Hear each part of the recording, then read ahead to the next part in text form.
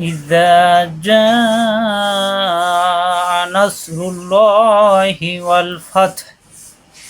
ইযা জাআ সূরাতুল নাসর শব্দে শব্দে পড়লে, মিলিয়ে পড়লে অথবা দুই আয়াত মিলিয়ে পড়লে কীভাবে পড়তে হয়, শব্দে শব্দে বাংলা অর্থ সহ সহি শুদ্ধ শেখানোর চেষ্টা করব ইনশাআল্লাহ।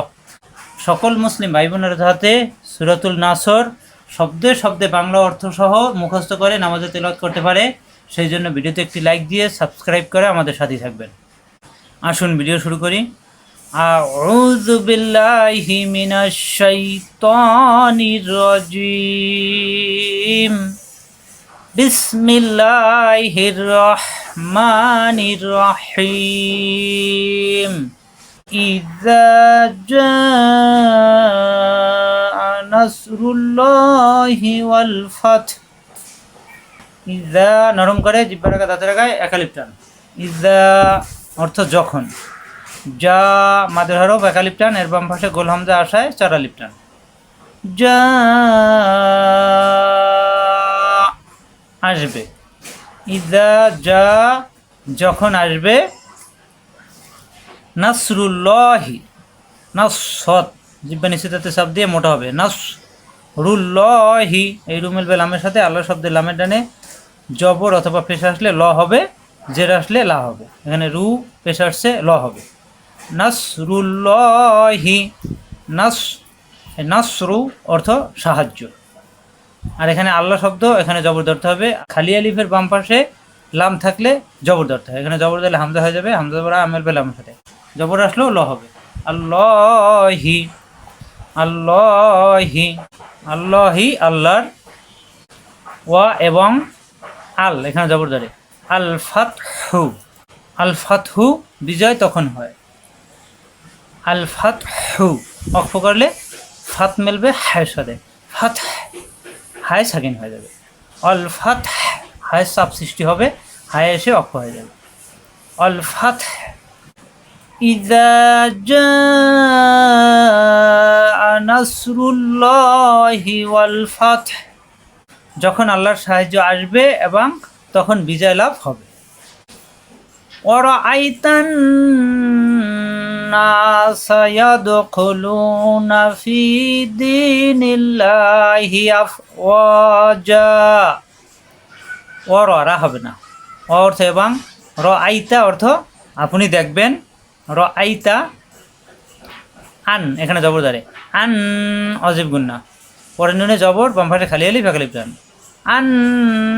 আন্নাসা আন্নাসা মানুষদেরকে। ইয়াদখুলুনা প্রবেশ করবে, ইয়াদে দাল সাকিন কলকলা খুলু একালিফ টান।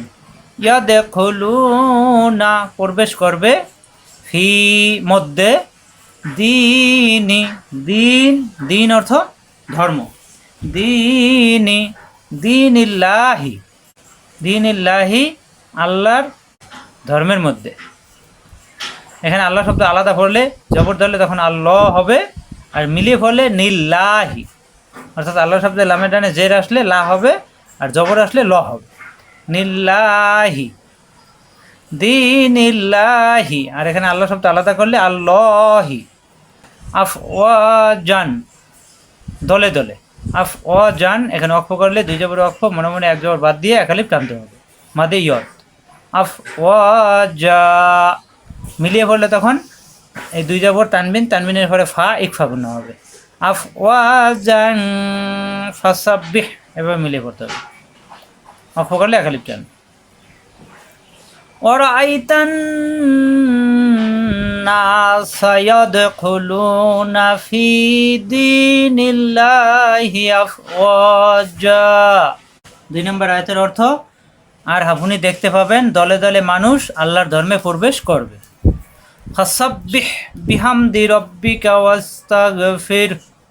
ফাসাব বাইতা যে দুইবার, ফাসাব পরের বাই জের বিমেল বে হায়ের সাথে, বিহ ফাসাব্বিহ অতঃপর আপনি তাসবিহ পাঠ করবেন, বিহামদি প্রশংসার সাথে, বিহামদি হাসাব দিয়ে, বিহামদি প্রশংসার সাথে, রব্বিকা আপনার রবের, রাব্বিকা হবে না কিন্তু, রব্বিকা আপনার রবের, অস্তাগফিরহু এখানে অক্ষ হলে এখানে আসছে তোয়াক্ফে মুতালাক, অক্ষ করা যাবে। অক্ষ হলে এই হায় সাকিন হয়ে যাবে, তখন এই ফি মিলবে রয়ের সাথে ফির, এই ফির মিলবে হায়ের সাথে ফির।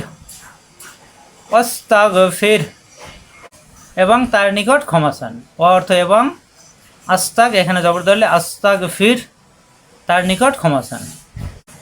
ফাসাব্বিহ বিহামদি রাব্বিকা ওয়াস্তাগফির, এই পর্যন্ত অর্থ। তখন আপনি আপনার রবের প্রশংসার সাথে তাসবিহ পাঠ করবেন এবং তার নিকট ক্ষমা প্রার্থনা করবেন। ইন্নাহু কানা তাওয়াবা, ইন্না ওয়াজিব গুন্না, হু উল্টা ফেস একালিপ টান। ইন্নাহু কানা, কা একালিপ টান, কানা তাও, ওয়াইটা যে দুইবার তাও, পরে ওয়াই জবর, বাম পাশে খালি আলিপ একালিপ টান। তাওয়াবা, এখানে দেওয়া আছে তাওয়াবান, এখানে অক্ষ হলে দুই জবর অক্ষ, এক জবর মনে মনে বাদ দিয়ে একালিপ টান হবে। তাওয়াবা, ইন্নাহু কানা তাওয়াবা, নিঃসন্দেহে তিনি তাওবা গ্রহণকারী। ইন্নাহু, নিশ্চয়ই তিনি, কানা হলেন, তাওয়াবা, তাওবা গ্রহণকারী। নিশ্চয়ই আল্লাহ তওবা গ্রহণকারী, নিঃসন্দেহে তিনি তওবা গ্রহণকারী। ফাসাব্বিহ বিহামদি রাব্বিকা ওয়াস্তাগফিরহু ইন্নাহু কানা তাওয়াবা।